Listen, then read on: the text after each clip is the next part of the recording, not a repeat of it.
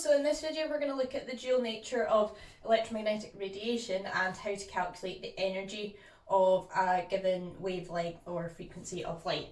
So we've looked already at light or electromagnetic radiation behaving like a wave, so we've looked at calculating the wavelength and calculating the frequency using the velocity of light in a vacuum.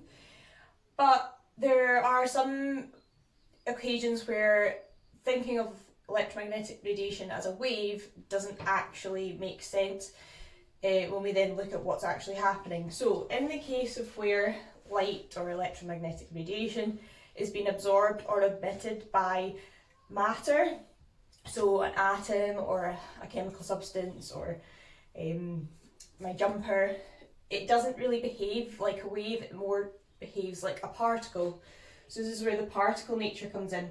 So neither explanations of how light behaves answers every single experiment that's done with electromagnetic radiation. So all the physicists and chemists and scientists in the world have just kind of agreed that it can behave in both ways, and that's what we call the dual nature of electromagnetic radiation. So we're going to start thinking of it as behaving as a particle as well now. So particles of light we tend to call photons or quanta, and basically all that is just a unit of light with a given energy. Now this equation here, E equals hf, is the equation that relates energy to frequency, and the constant that's needed for that is a constant called Planck's constant, which is given by the letter h. And you will find that in the back page of your data booklet as well. It's 6.63 times 10 to the minus 34 joule seconds. So we now are going to start looking to use this relationship. Again, we need to watch out for units because usually in chemistry we like to calculate energies in kilojoules per mole. So because Planck's constant's got the units of joules, you would need to convert that into kilojoules first for any calculations. So in that case you just divide it by 1,000.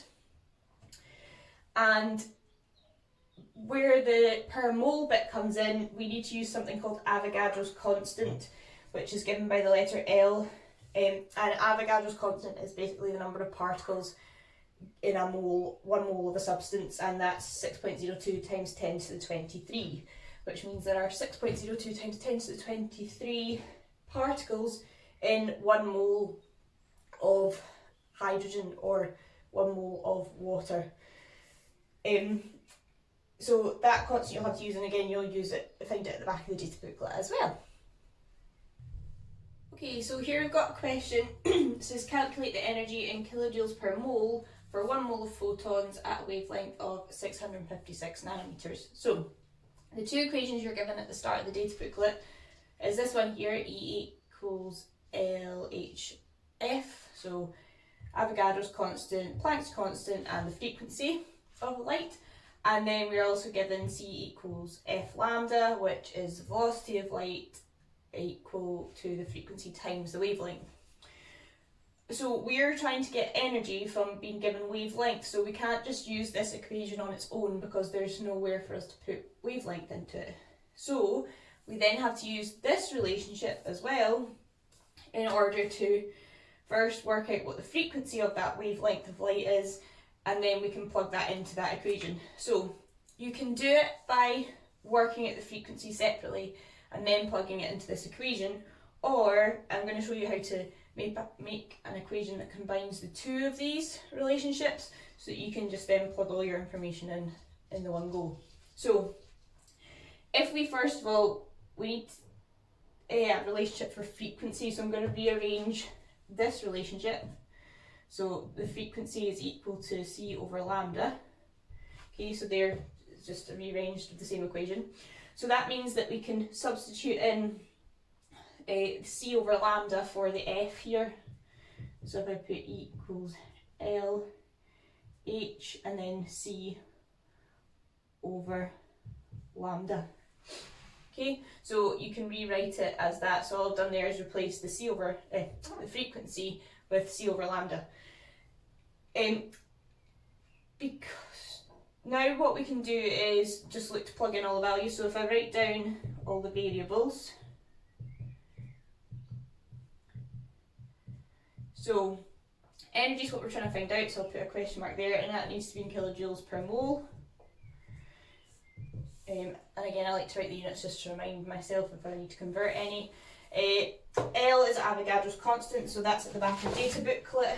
So that's 6.02 times 10 to the 23 per mole.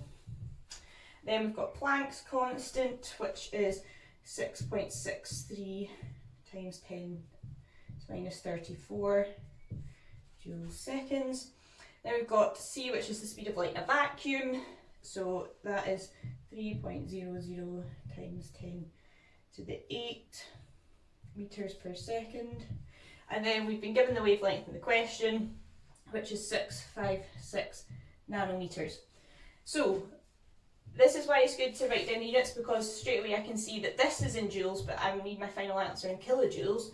So I'm going to need to change the units of this constant, and then also the wavelengths in nanometers, but the speed of light in a vacuum is in meters, so I need to change that one as well.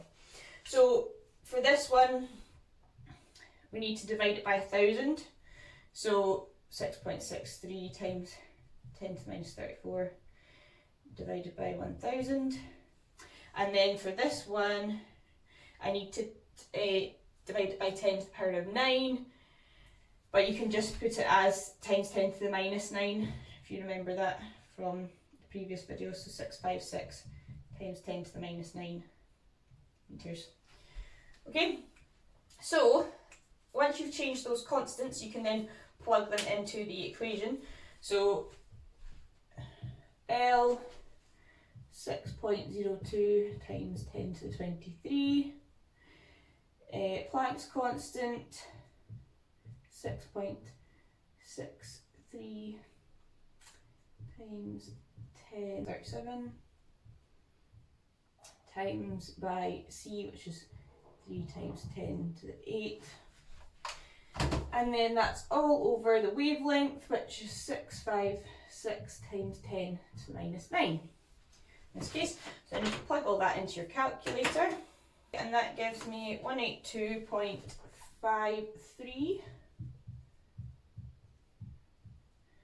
kilojoules per mole. Okay, so it's very straightforward.